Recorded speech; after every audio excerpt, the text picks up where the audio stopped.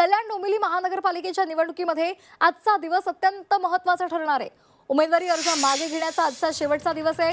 बंडखोरी रोखण्यासाठी नेते मंडळींची धावपळ सुरू आहे। तर आज किती जण माघार घेतात, किती बिनविरोध निवडून येतात हे स्पष्ट होणार आहे। उमेदवारी अर्ज बाद आणि मागे घेण्याच्या प्रक्रियेमध्ये आतापर्यंत भाजपचे 5 आणि शिवसेनेचे 4 असे एकूण 9 उमेदवार हे बिनविरोध निवडून आलेले आहेत। आजही मोठ्या प्रमाणावर अर्ज मागे घ्यायची अपेक्षा असल्यामुळे महायुतीचे आणखी किती उमेदवार बिनविरोध निवडून येणार हे स्पष्ट होणार आहे। याचा आढावा घेतला आमचे प्रतिनिधी आतिश भोईर यांनी। पाहूया। कल्याण डोंबिवली महानगरपालिकेच्या आजचा उमेदवारी अर्ज घेण्याचा शेवटचा दिवस आहे आणि मी आहे कल्याणच्या प्रभागामध्ये। आपण पाहू शकता की ना आज जे आहे शेवटचा दिवस असल्यामुळे जे उमेदवार जे आहेत जे मागे घेण्याचा आजचा शेवटचा दिवस असल्यामुळे यायला सुरुवात झालेली आहे।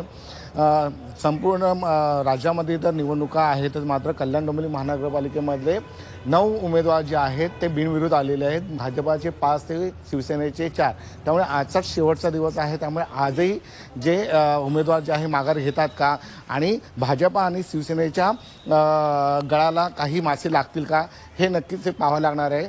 846 जे आहे ते उमेदवारी अर्ज जे दाखल करण्यात आलेले आहेत, तर काही जणांनी माघारी घेतलेली आहे, तर काही 56 जे आहेत हे उमेदवारांचे काही अर्ज बाद देखील झालेले। त्यामुळे आता ही निवडणूक जी आहे ती चुरशीची लढत जी आहे ती वाटत होती, मात्र बिनविरोध जे आलेले आहेत त्याच्यामुळे ही निवडणूक चुरशीची होताना काही दिसत नाही आणि आजचा जो आहे तो शेवटचा दिवस आहे। त्यामुळे आजच्या दिवशी किती उमेदवार जे आहे ते माघार घेतात हे नक्कीच हे पाहावं लागणार आहे। कॅमेरामन दिनेश जाधवसह आतिश भोईर, झी मीडिया, कल्याण।